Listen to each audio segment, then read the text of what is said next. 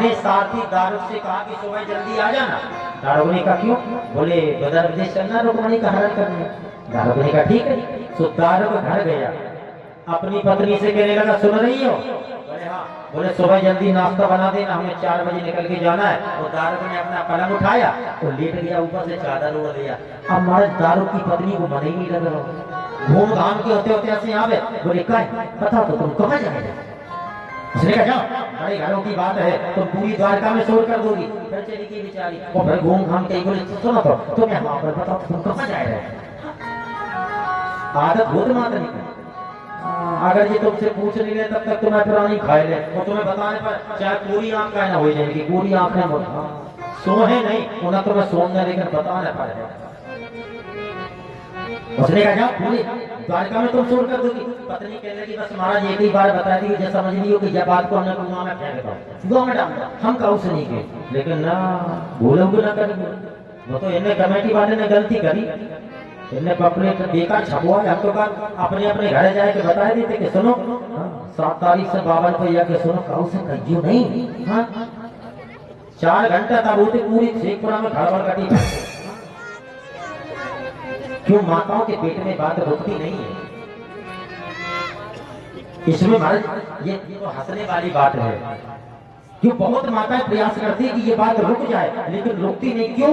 भारत समाज की स्त्री को, भारत समाज की नारी को महाराज धर्मराज युधिष्ठिर ने श्राप दे दिया है। क्योंकि धर्म और अधर्म का युद्ध जो चल रहा था,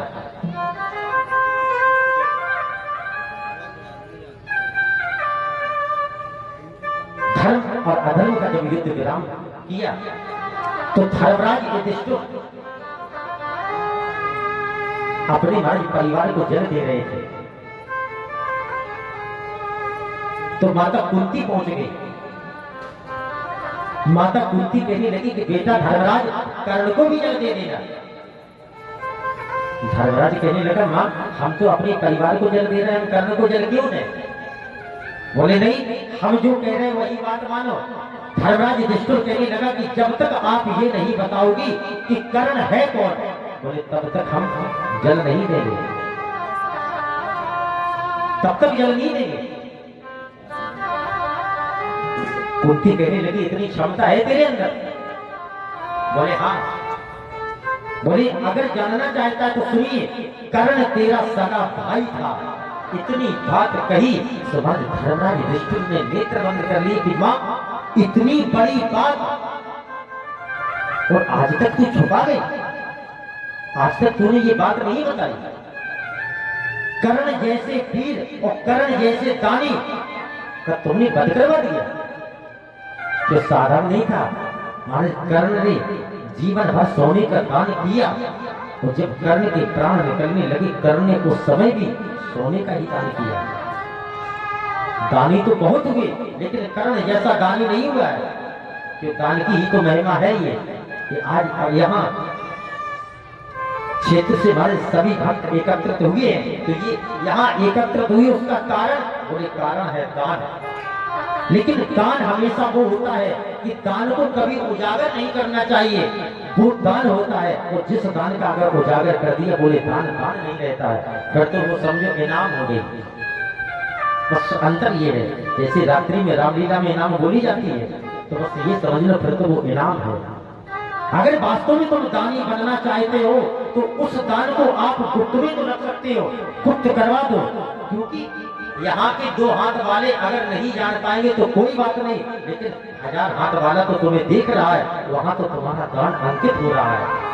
अगर यहाँ की बैंक में महाराज आपका कोटा खत्म हो जाए तो कोई बात नहीं, तो यहाँ से बैंक से कोई लेना देना नहीं। सबसे बड़ी बैंक तो ऊपर है जिसको कहते हैं रिजर्व बैंक।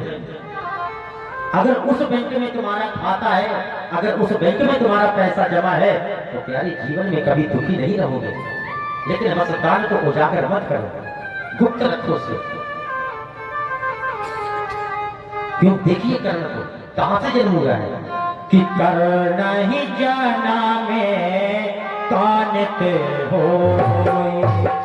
कर्ण ही जाना में कानित हो, कर्ण ही जाना में कानित हो। अरे नहीं गवावे करते हो कबाचे भेजे जा नहीं हो।